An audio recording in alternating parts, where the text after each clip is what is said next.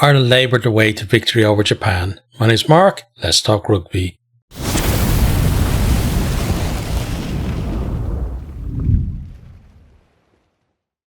Okay, so got to be quick with this one because I am on my break at work, lunchtime break, so not going to be as long as the normal ones, but we'll cover what we can, as much as we can. So starting off, just main things that happened in the game. So Ireland scrum penalty early on. Crowley opens the scoring for the tee, 3-0.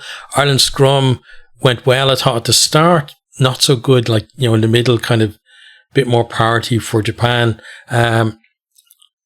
Japan then looking slick in possession, showing good ambition, but Ireland early on at least managing to keep them out to 22, but Japan really looking dangerous out wide, especially Asada, who just those dancing feet, absolutely amazing on the ball.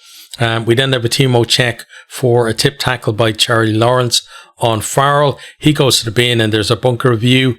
Not expecting it to be upgraded. It looks like yellow card, probably about right, or maybe even, on that kind of that border between yellow card and penalty, I think. Ireland then to the corner, but Kelleher dummies the throw, and Ireland's line out really struggling. They'd lost, I think, 2 or 3 lineouts before that as well. Ireland then managed to slice Japan open first on the right. Clever interplay, sets them down the wing. Then they come back inside. Clarkson carrying deep into 22. Quick recycle out the left, and then Crowley gets over. He converts his own try for 10-0. We then hear the yellow card is going to stay yellow card as expected. Ireland then attack on the edge of 22, but it goes to deck. But it didn't go backwards. So Ryan picks up. This is a Timoney. Most people seem to have switched off. He finds a soft shoulder and goes over to score, converted for 17-0. Japan then applying pressure in the Irish 22. They've got numbers wide left, but a great defensive read from Henshaw. They managed to close it down, but we come back for a penalty to Japan. They go to the corner. Another penalty. They're up for another line out. They go to the maul. Ireland trying to disrupt, but the maul surges forward and are able to ground on the line. Sato is the scorer, converted for 17-7. Sato then Saito showed great footwork to break on the left. Offload doesn't quite work, but we come back for a penalty to Japan. While we're waiting for that to be taken, we have a TMO check from much earlier in the play, and it's a head-on-head between Stockdale and Asada. Asada basically just stepped Stockdale, and Stockdale does definitely glance him with his head. He gets a yellow to the bin for a review, and thinking, it's only going to stay a yellow on that one. Lee then lands a penalty for 17-10 at half-time. And we hear then, as we start the second half, that it does stay a yellow for Stockdale. Ireland then applying pressure in the Japanese 22. Tommy O'Brien looking dangerous, but poor handling, and it breaks down. And handling today from Ireland, not good. Japan, for the most part, looking better with ball in hand, but they had some handling errors on their side as well. Ireland then back into 22, stretching the defence wide. They go wide then to O'Brien. He stopped a couple of metres short on the right. Back inside, and Porter forces his way over to ground on the line. Conversion missed, 22-10. Ireland then on the attack into 22. O'Brien tries to kick through. It kind of pinballs around. Japan then go to kick clear, but it's charged down by Keane Prendergast. Stockdale gets the loose ball and slides over the line. He came close a couple of times to scoring a try today. Thinks he's finally got there, but TMO check, and Keane Prendergast was actually offside from the initial kick and didn't retreat, so no try. Ireland then managed to maul over for another try. Gus McCarthy is the scorer. Sam Prendergast misses the conversion, 27-10. And then Ireland, they continue to apply pressure in the closing minutes of the game, close to the line, and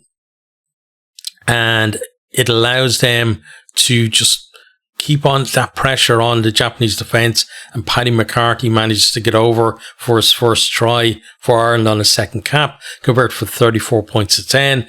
And then finally, we have Japan looking to counter from their own 22. They go up to about halfway and they drop it. Prendergast with a lovely out the back door offload to Tommy O'Brien. That puts him through the gap, and he's got the pace to finish, converted for 41 points to 10. There is a bit more play after that, but no more scores. Full time is 41-10 to Ireland. And Japan, I don't think the scoreline does them justice, because they did look pretty good in patches in the game. Just couldn't, get that killer pass for the most part in a lot of the game, but still looking better, fast ruck speed. But when they were getting up to closer to 22, that's when it seemed that the game kind of fell apart for them. From the Irish point of view, it wasn't brilliant from them, but still it felt like they needed a win to get back on the horse. They've got that. There's going to be debate now, again, because of Prendergast's cameo off the bench, where the backline started to really look good when he was on. But for me, I still think Crowley is number one.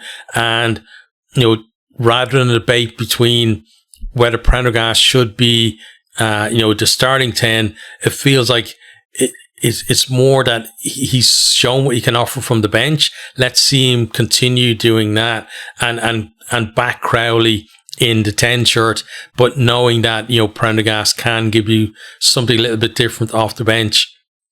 I think that's the way that they should approach it. I don't think the chopping and changing is helping either of these players in the development.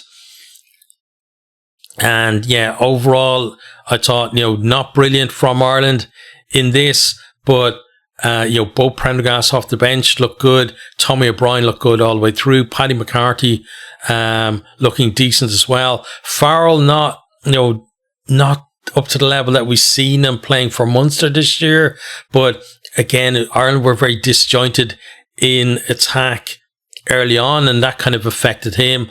Stockdale looking dangerous out on the wing without getting a try. But I felt as well there was a couple of times where he was there in the space on the edge, and there weren't, the passes to him weren't very sympathetic, especially a late one from Jimmy O'Brien as well, when it looked like he was going to break down the left, but it didn't occur. Like he just flung it at him, and it ended up going into touch. The line out certainly improved when Gus McCarthy came on as well in the second half. But the fact that it was poor again in the first half has to be a big worry, because you look at that and you think that they definitely must have worked on that during the week, because it was so poor against New Zealand. And I heard some commentators saying, it's not actually that bad. It's just a little bit miscommunication and etc. But communication of the line out is one of the most important things. So for me, definitely another thing to be worked on. Scrum was certainly better. Defence around their own 22 for the most part, looking good. Maul defence still poor. And that's definitely a longer term work on, I think, for this Irish pack. In attack, as I said, at times very disjointed, but when they got their patterns right and the ball actually stuck, they looked decent. But it's just not happening often enough for them, I feel. And against like they're going to be playing Australia and South Africa, they're not going to make that many chances as they did today there. So they're going to have to increase the percentage of the ones that actually come off in terms of that handling. And also, both Australia and South Africa can be hugely dangerous on turnover balls. So, those balls that went to the deck today, against those teams could actually turn into scores as well. So, mixed bag for Ireland, but again, it's a win. I think some of the disjointedness will definitely be put down to the number of changes that were made, but you have to, we can't keep making that excuse for Ireland. That we need to see more kind of consistency in terms of being able to get their handling right. In terms of just when they're going through those patterns, get your handling right for the most part, get your set piece right.